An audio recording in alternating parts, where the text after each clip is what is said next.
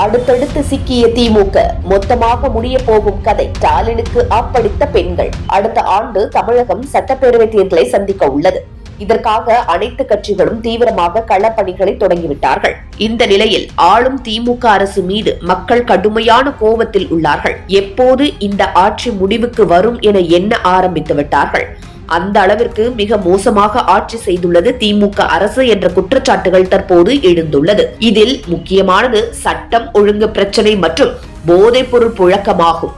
ஆனால் திமுக அரசோ பெண்களின் வாழ்க்கை தரம் முன்னேறிவிட்டதாக பேசியிருப்பது பல்வேறு விமர்சனங்களை கிளப்பி இருக்கிறது. அரசின் ஒவ்வொரு நிகழ்வுகளும் சினிமாவை மிஞ்சும் அளவுக்கு பிரம்மாண்டமாக இருப்பதோடு அதற்கு தொடர்பில்லாத திரை பிரபலங்கள் முன்னிலைப்படுத்துவதும் மிக பெரும் சர்ச்சையை ஏற்படுத்தியிருக்கிறது. குறிப்பாக அண்ணா பல்கலைக்கழக மாணவி முதல் கோவை மாணவி பாலியல் சம்பவங்கள் தமிழகத்தையே உலுக்கியது.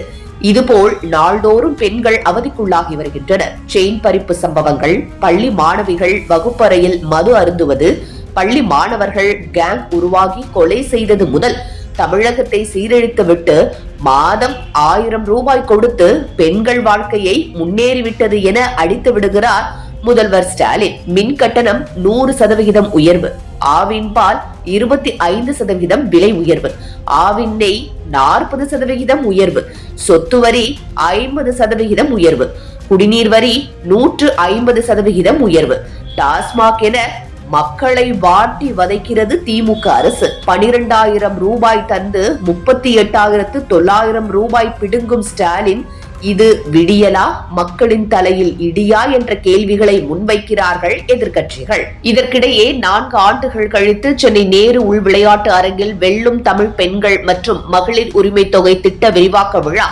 முதலமைச்சர் ஸ்டாலின் தலைமையில் நடைபெற்றது.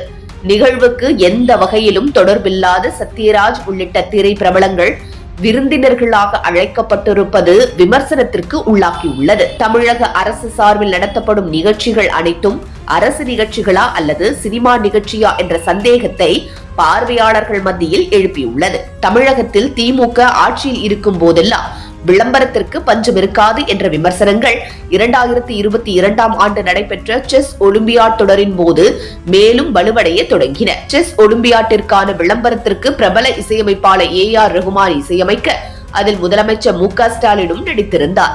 இயக்குனர் விக்னேஷ் சிவன் இயக்கிய இந்த விளம்பர பாடலுக்கு மட்டும் பல கோடி ரூபாய் செலவிடப்பட்டதாக கூறப்படுகிறது. ஆனால் அதில் செஸ் வீரர் பிரக்யானந்தா இல்லை.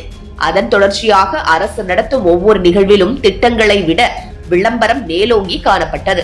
கடந்த சில மாதங்களுக்கு முன்பு பள்ளி கல்வித்துறையின் சார்பில் நடைபெற்ற கல்வியில் சிறந்த தமிழ்நாடு எனும் நிகழ்வில் பல்வேறு நடிகர்களும் இயக்குநர்களும் கலந்து கொண்டனர். மாணவி ஒருவரை மேத்ஸ் டீச்சர் என அழைத்து முதலமைச்சர் பேனா கொடுத்த நிகழ்வு பெரிய அளவில் பேசப்படும் என கருதப்பட்ட நிலையில் சமூக வலைதளங்கள் மூலம் ட்ரோல் செய்யப்பட்டது. அதன் தொடர்ச்சியாக தற்போது ஈழ தமிழ் மகள் சாரா என்னும் பெயரில் மற்றொரு நாடகம் அரங்கேறியுள்ளதாக விமர்சனங்கள் எழத் தொடங்கியுள்ளன.